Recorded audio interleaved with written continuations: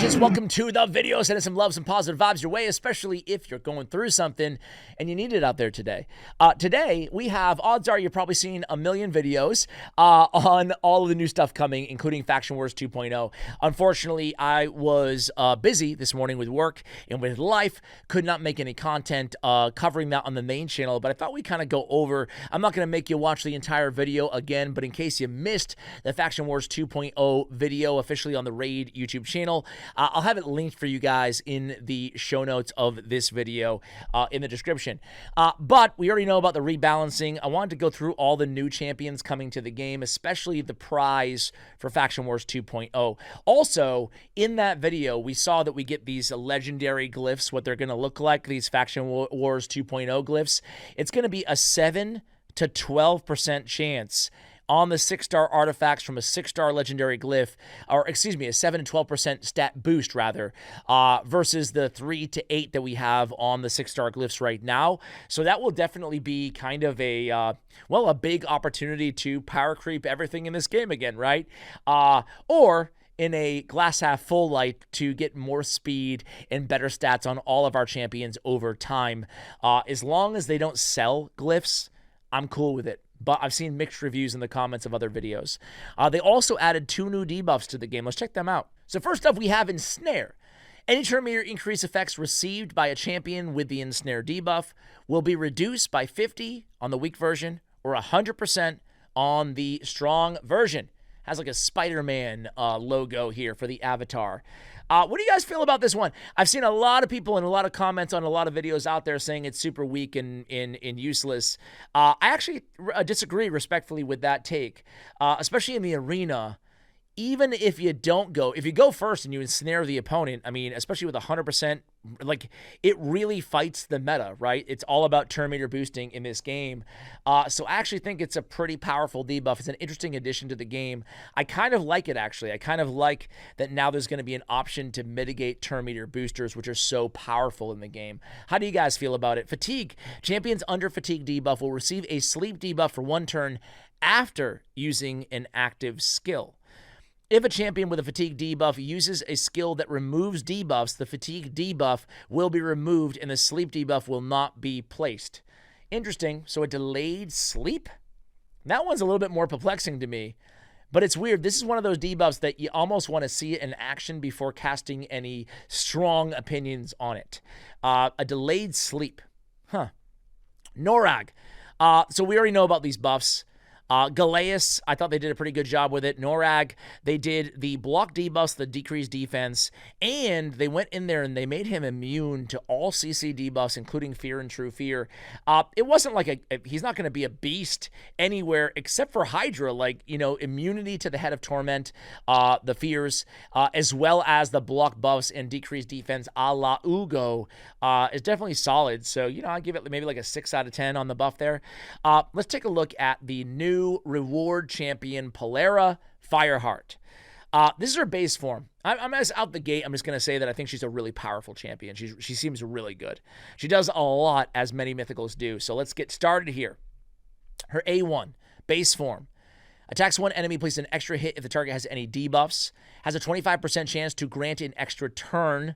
Very powerful. You guys know how much I love extra turns. Triple hitter. Each hit will ignore 25% of the target's defense, 50% of the target's defense, instead if they're under a burn or a freeze. Each hit also destroys the target's defense and resistance by 3 up to 30%. Man, a lot of stuff going on here, right? So that's each hit that applies. So you get 9% destroy target's defense and resistance on each skill. Plays an HP burn on all enemies for 2 turns. If the target is killed by this skill, this debuff cannot be resisted. I think you're going to get a lot of kills there because it's ignoring a lot of defense, right, in the arena or in wave situations. Her A3 is attacks all enemies. This attack deals single target damage to each target individually. It can't be mitigated by AoE mitigation, such as Blastproof Mastery, for example, right? Rather than AoE damage.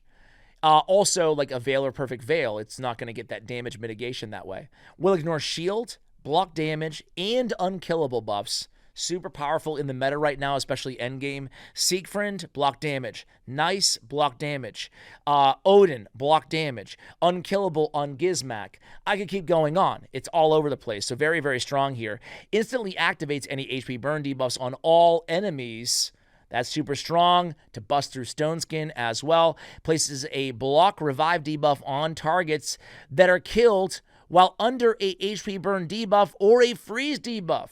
Man, that's a nasty ability. Golly, can be booked down to a 3-turn cooldown. Her passive. This champion deals 25% more damage against enemies under a burn or a freeze. This champion deals 100% more damage against enemies under both burn and freeze. This champion ignores the damage reduction granted by freeze. So that 25% damage mitigation from freeze is going to be out the window as well as extra damage. Increase ally attack in arena battles by 40% on the aura. Not in love with the aura, even though it's very high. Okay, alt form. Attack one enemy. Place an ally protection buff on a random ally, except this champion, for 2 turns. If the random ally selected is an ally already under ally protection, then it's another ally. Okay, cool. Heals the champion and all allies under ally protection buffs. The value of the heal is proportional to this champion's defense. Okay. Plays a block debuffs and a strengthen on all allies. Obviously, strong version, 3-turn cooldown. Places an ensnare debuff on all enemies for 2 turns. Can't be resisted by targets under a burn or a freeze. So ensnare, again, it's going to mitigate. It's the strong version, so it's going to, no turn meter increases can take place. Honor A3. Attacks all enemies before attacking. Places an intercept stack on all allies.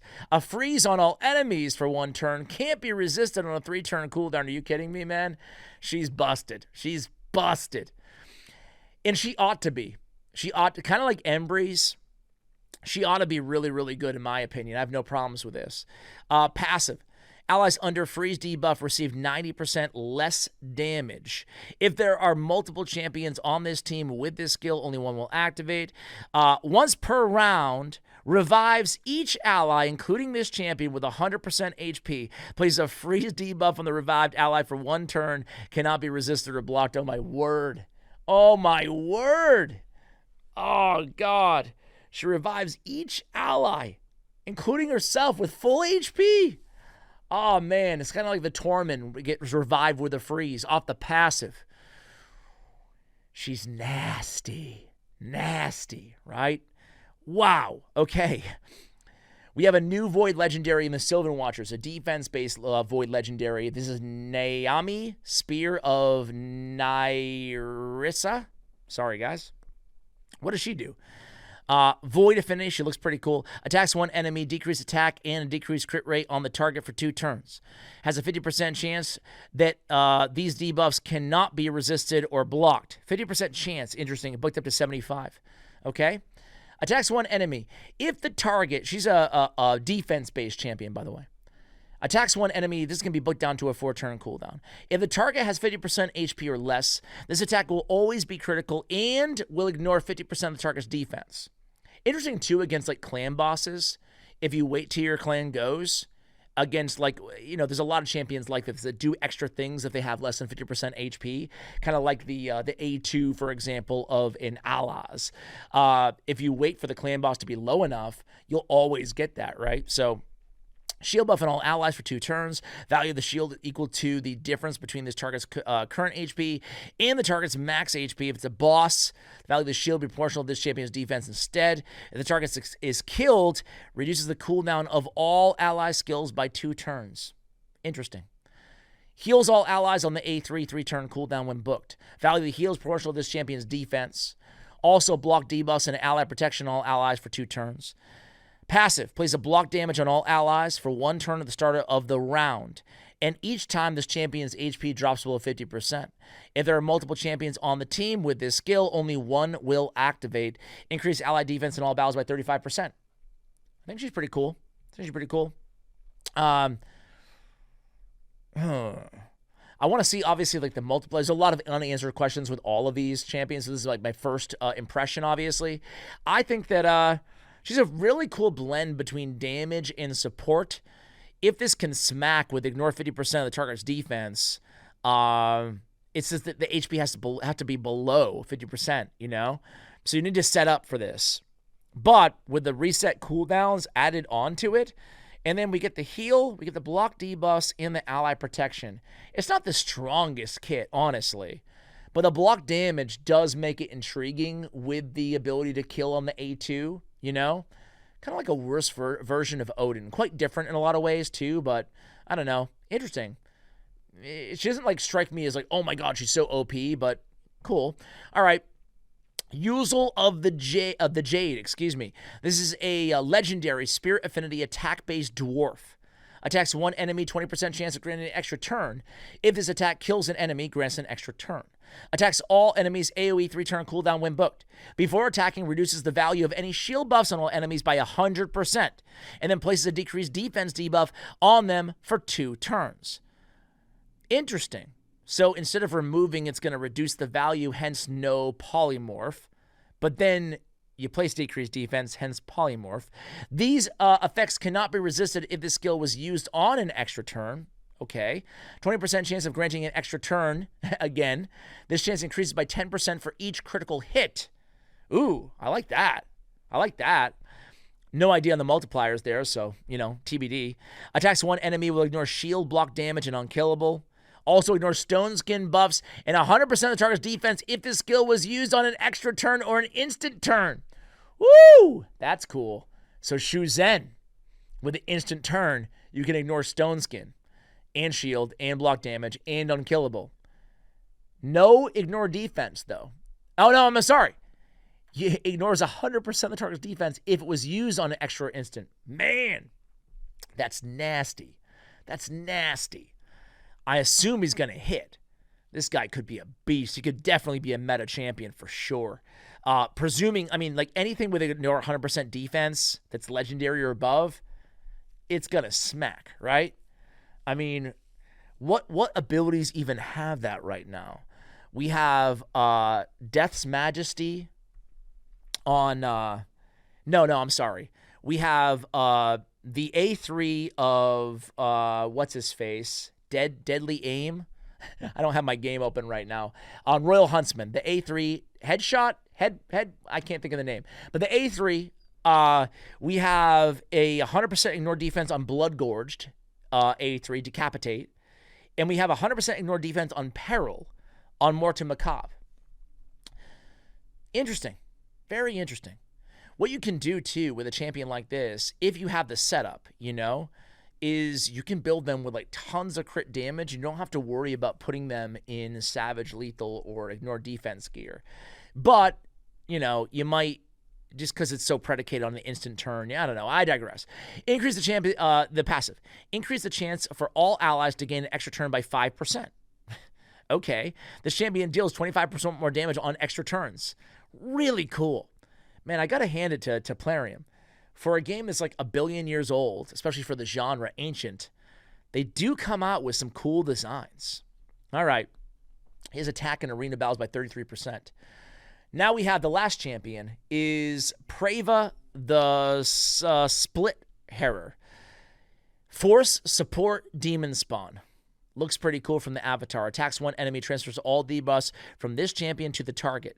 This effect cannot be resisted if this champion is under 3 or more debuffs. Okay? Heals all allies on the A2. This is a 3-turn cooldown when booked, 5-turn without. Heals all allies 25% of this champion's max HP, increased defense, and increased speed on all allies for 2 turns. Okay? Revive a single ally, 100% HP, 50% turn meter. Fully resets the cooldown of all of their skills. This is on a 4-turn cooldown when booked.